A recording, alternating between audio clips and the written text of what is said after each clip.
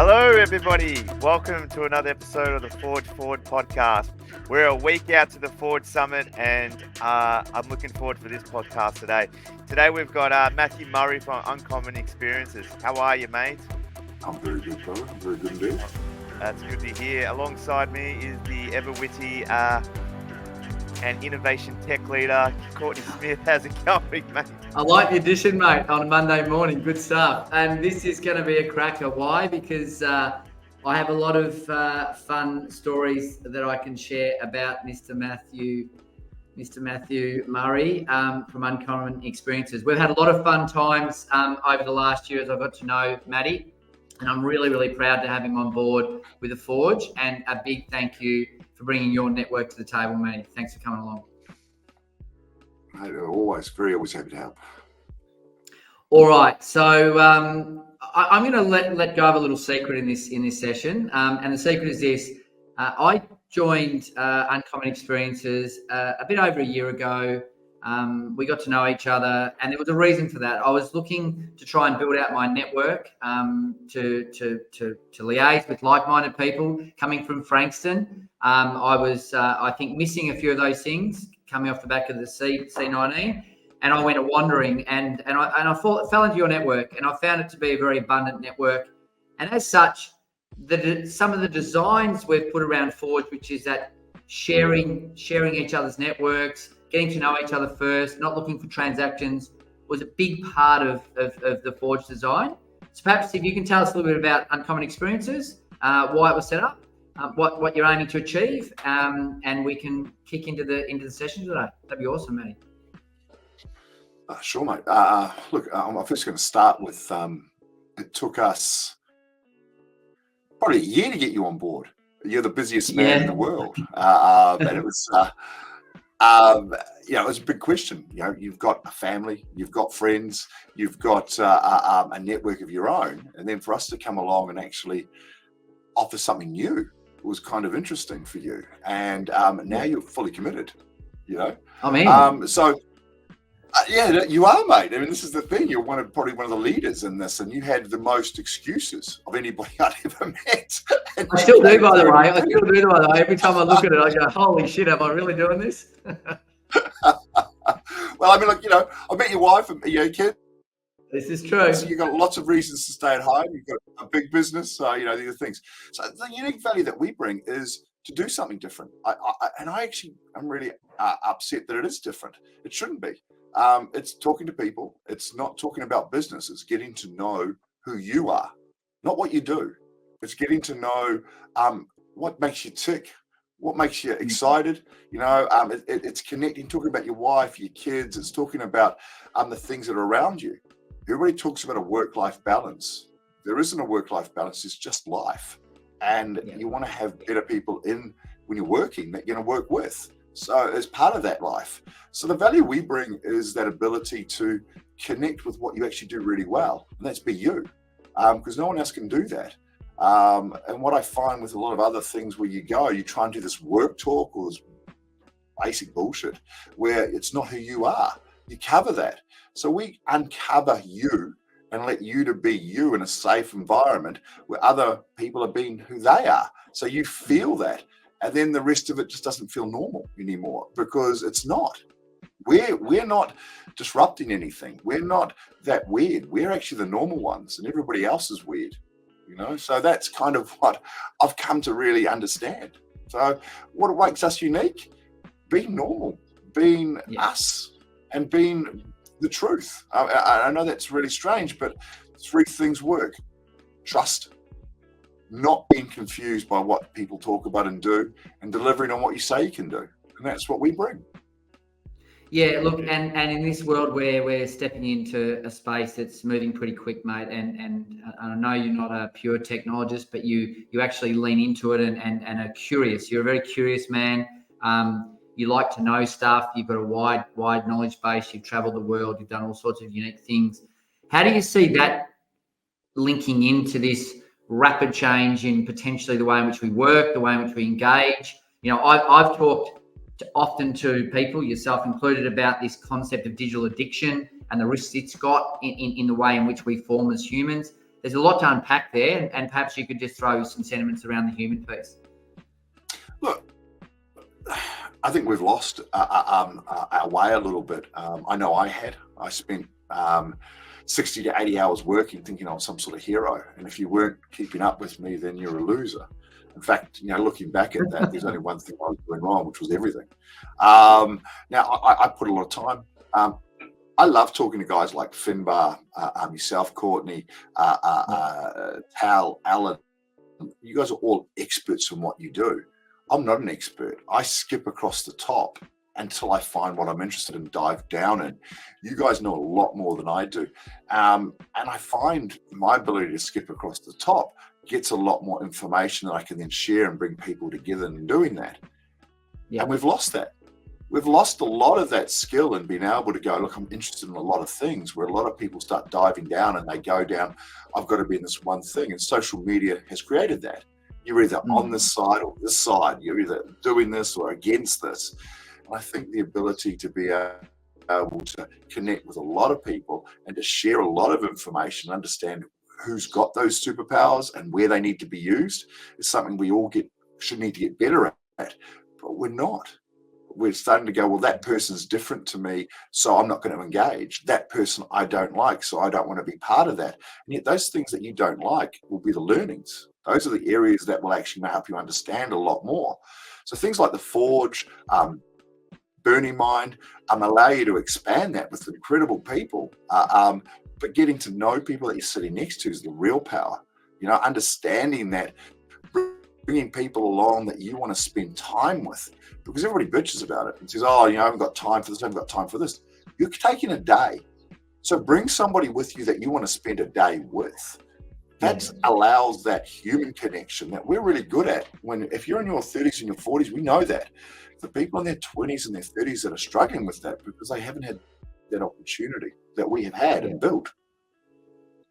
Yeah, no, I absolutely agree with those sentiments. We had a session with a couple of partners, some clients, a prospect who is now converted into a customer off the back of Burning Mind. So the testament there is to spend a day with a great group of people, build relationships that you probably don't do in a standard day-to-day operation. I've got a question that comes off skimming along the top. I can't recall if we actually spoke to this, but what's your record on stone skips on a lake or pool? Do you have one?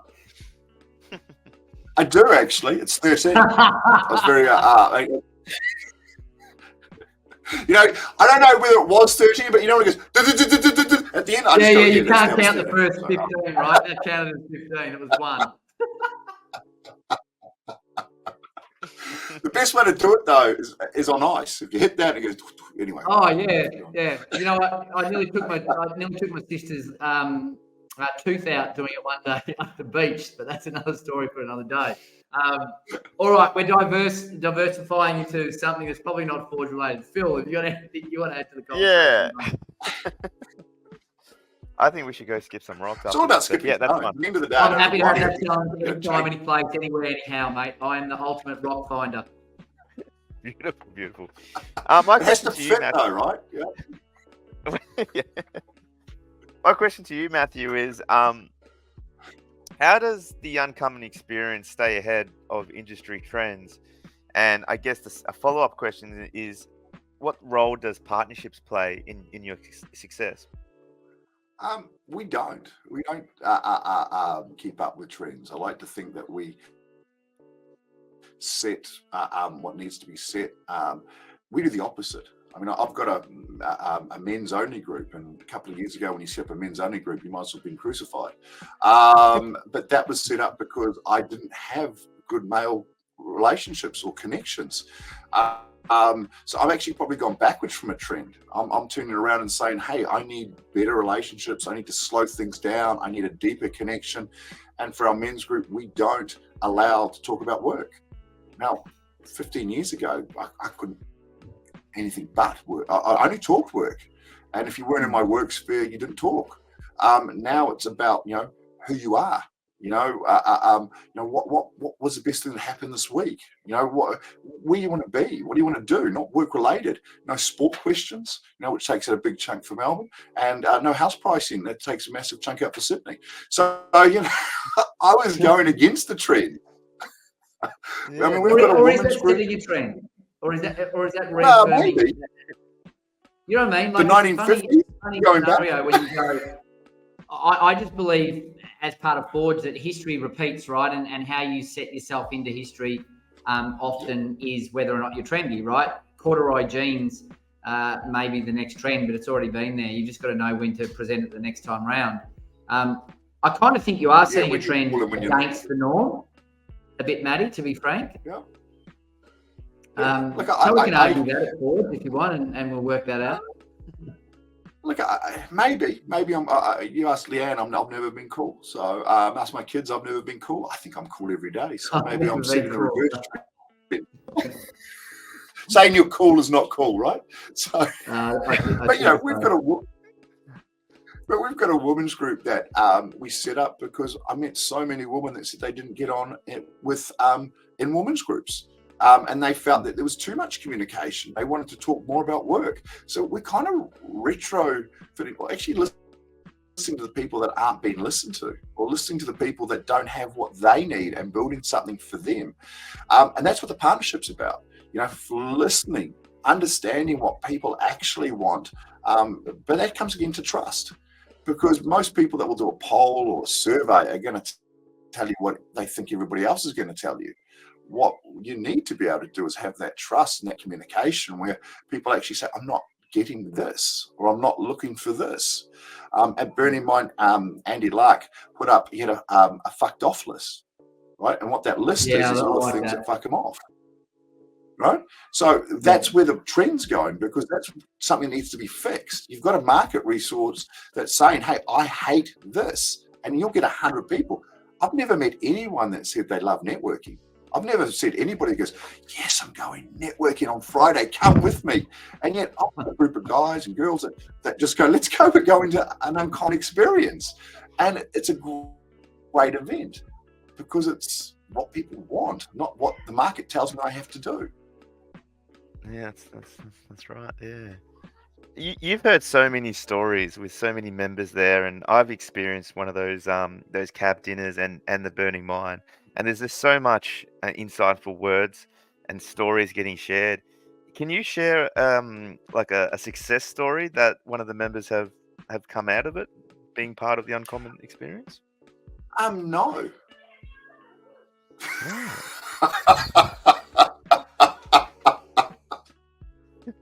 I guess you just got to sign up and join yourself. You just got to trust. You just got to trust. If you trust, you got to trust. You got to trust the process, guys. Everybody has a success story. They wouldn't come back if they didn't have that connection. And we've been going. We have a very small turnover. The stories are what is shared on the night is what they want to share, and that's kept. With us. One of the things about this whole thing is if you want to know about it, you've got to be in the room.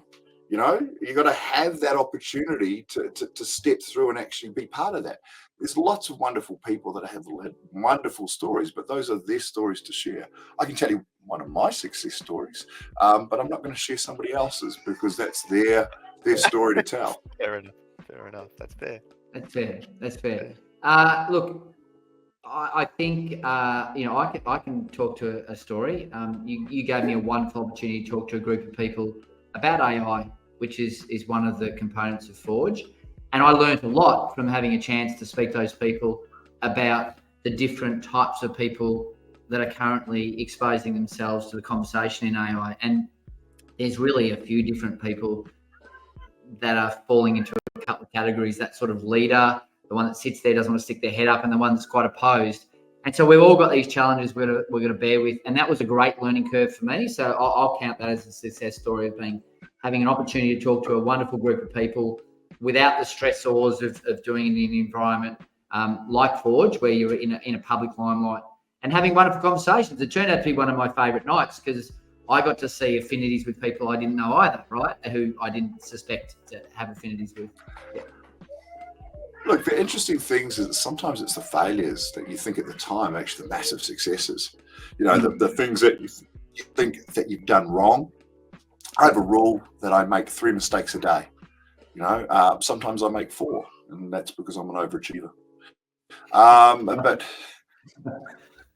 the thing is, we stop ourselves because we're so scared we won't stand up because we might get it wrong, or we won't do that talk, or we won't do that presentation.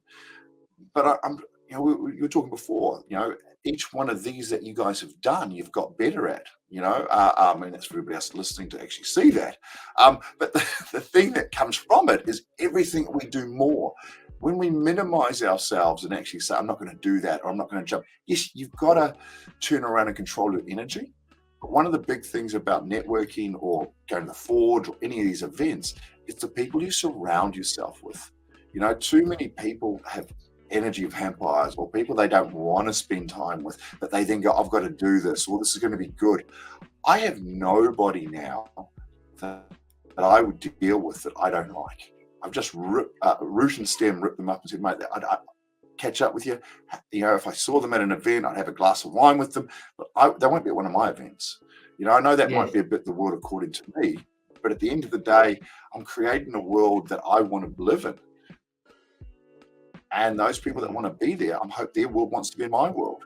And too many people choose what they are, and they know it's not right, or it's not right for them. And instinct is not one thing. Nobody has ever had a time when they've turned around and said, I had an instinct this was going to work, and I did it anyway, and we're happy.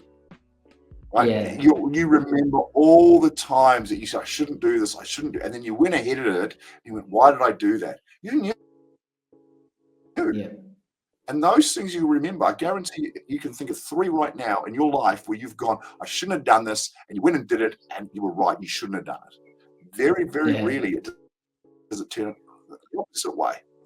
Very rarely. My grandfather used to say, a man convinced against his will is a man unconvinced still.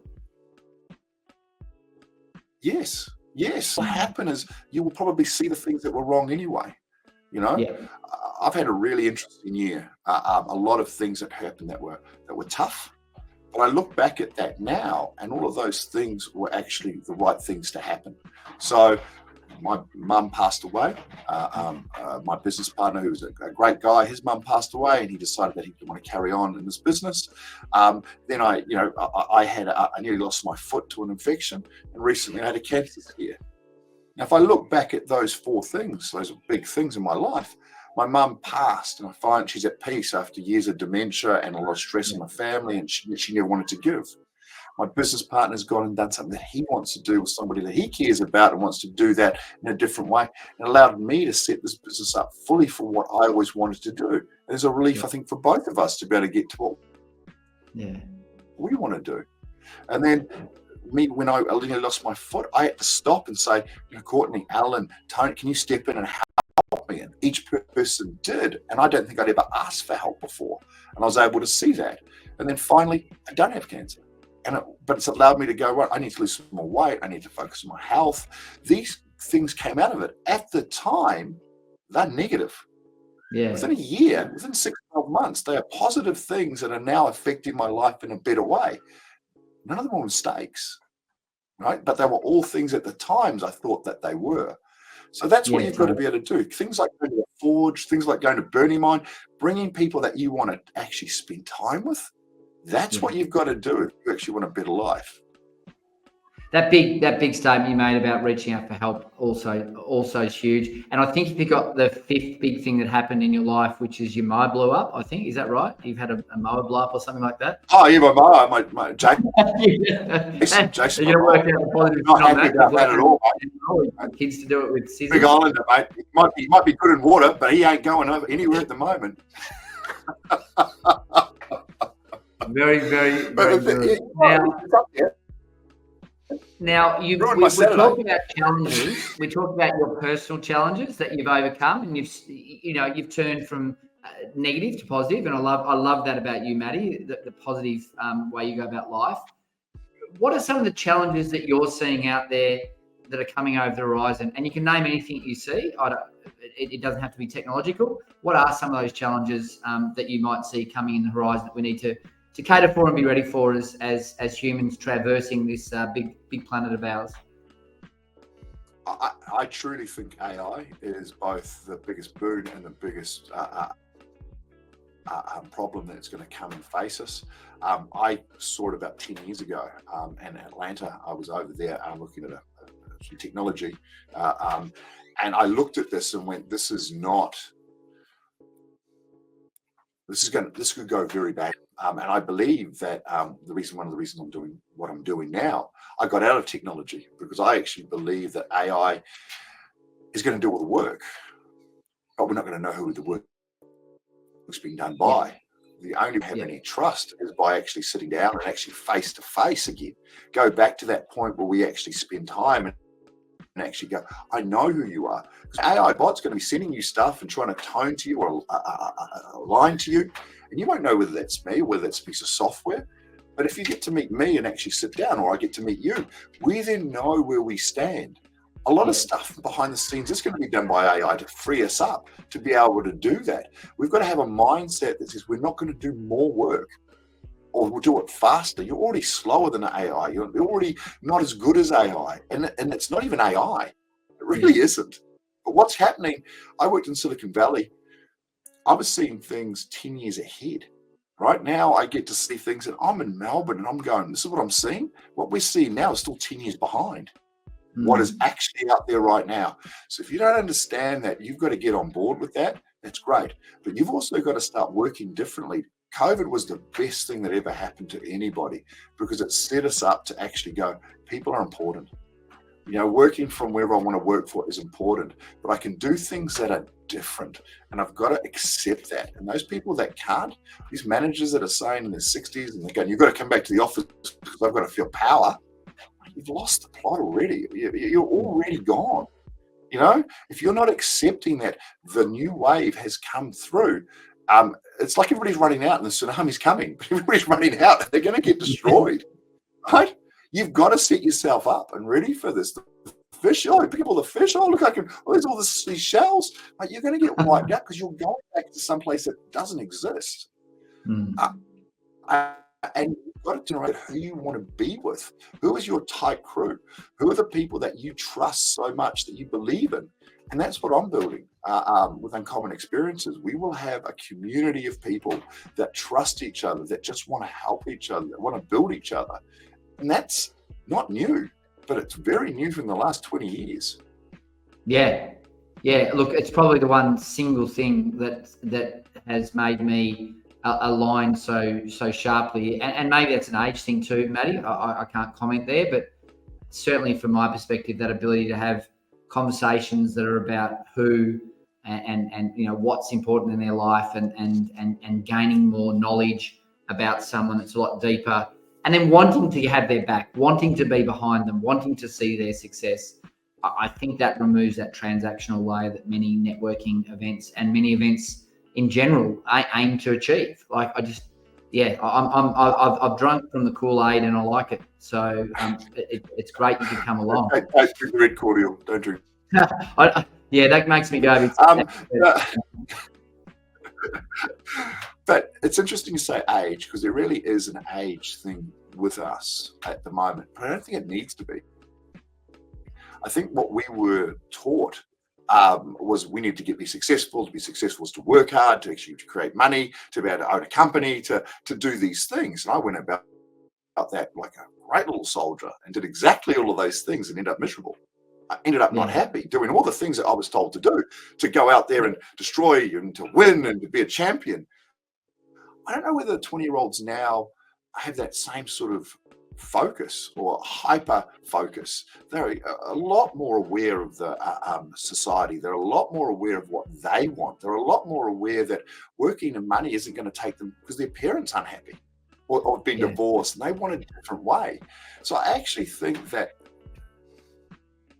what we are is a beast, and what they are is a beast. And I think that the two can be absolutely cohabitate and actually be together. But our experiences have led us that this is really important for us now because we didn't have it.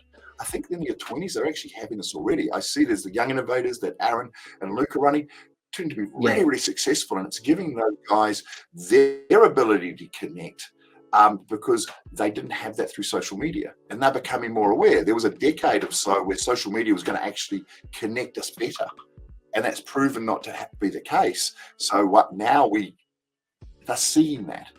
But I think we got also told a story that if we worked hard for the man and we jumped in a job and we'd make all this money and get a house and all these things, and that's not worked out. I think there's a lot of mistruth. I think there's been a lot of misinformation. I think there's been a lot of obfuscation that have not led us to where we want to get to. And we're all starting to become aware of that because people aren't happy and we've got more. And yet you go to some place like Nepal or Pakistan or Africa, and these people are happy in their hearts, and we're not. There's great thing. I think Scotty just came from Bhutan, didn't he? Like Bhutan, what is it? The whole government. It's the government of happiness or something. It's just the whole system is designed around being happy. Yeah, so they don't have we have an export. What we export, what we how much we dig out, what our total earnings are, they don't do that. We have a happiness quadrant. Are our people happy? Are we getting people that are actually smiling, that actually want to live in our country? Are they wanting people that actually connect? Now, why is that so important? Because without it, we're all individuals. I mean, you look at any of the Commonwealth countries, anything that was sort of set up by England, it was stiff upper lip. America, Canada, South Africa, New Zealand, we're all miserable. Right, and yet we're all the wealthiest countries. It doesn't make any sense because wealth's not going to make you happy. It's going to solve some problems. It's going to allow you to do some things. But at the end of the day, if you don't have a connection with your family, your friends, the people that you work with, if you feel you're alone, suicidal thoughts come in, mental issues. We have so much mental anguish, and we have so many people in mental pain. It's an epidemic, and that's because we're not connected like we once were. So we've got to be able to use technology as part of it to free us up, to be able to spend more time doing the things that we want with the people we do want to spend time with. I have a utopia, and that's about Matty, is the sense of community and linking back to community cause and spending time in those places where you can make a difference. And so I think that's a wonderful alignment. The other thing about Bhutan, which is quite humorous, is they're one of the few nation states that have adopted Bitcoin mining because they've got a large renewable energy capability. And so I think they've done $1 billion in Bitcoin mining as a left of field thinking, happiness nation. Like these things can coincide, right? This is the truth. It's you can lend to the future and still have fun and still be happy. We've always needed a technology, and in the past that's been human. The Romans had slaves, or they had people that got on with what they needed to be able to do to put that through. We've always had, and then we had the Industrial Revolution. We had machines doing what we needed to be able to do. We've always been. We always worry about whether we're working. It's not about working. Never has been. Somebody came up and said, "Well, when you're 65, you can retire." Well, why can't we actually do the things we actually love doing in a way that we want to love doing them, and actually be creative? And actually expand these things. I know that a lot of the people in marketing at the moment are pulling their hair out as everybody's copywriters and all these things. What about if your money was getting paid? There was an actual a wage that was paid right through that we actually had, and you could actually just write for writing. You could write because you were a great writer, or you love writing, and you had 10 people read it. Who cared? 20 people like your page. Who cares? Rather than 10,000. It doesn't matter as long as you love what you're doing. And that's what we've lost, that joy, that ability that surfers have when they're in the green room, that they don't want to compete for a win. They want to surf. Competitions are there so that it can pay for surfers to actually travel the world. What happens if you could just surf? And you had the money to travel the world, or you had the money to do what you wanted to be able to do. When we were voting in Australia on whether a man should marry another man or a woman should marry another woman, which had nothing to do with me or any of us, in Denmark, they were voting on whether everybody should get a universal income. lost by 3%. But that's a real conversation. We're so fixated on whether a prime minister took Qantas points. Who gives a rat's, right? So what? It doesn't matter. It's all bullshit, right? If we can start having better conversations like at the Forge and sitting down with people that we really want to connect with and spending more time. But the biggest problem that you're going to have with any of this is people go, I don't have time. Hey, that's all you have. That's all you have is time. It's the only one resource you can guarantee to control. Right, and you don't. I don't have time, I can't attend. And I want to meet more people, but I don't have time. Or I want to catch up with these people and build a better relationship. I don't have time.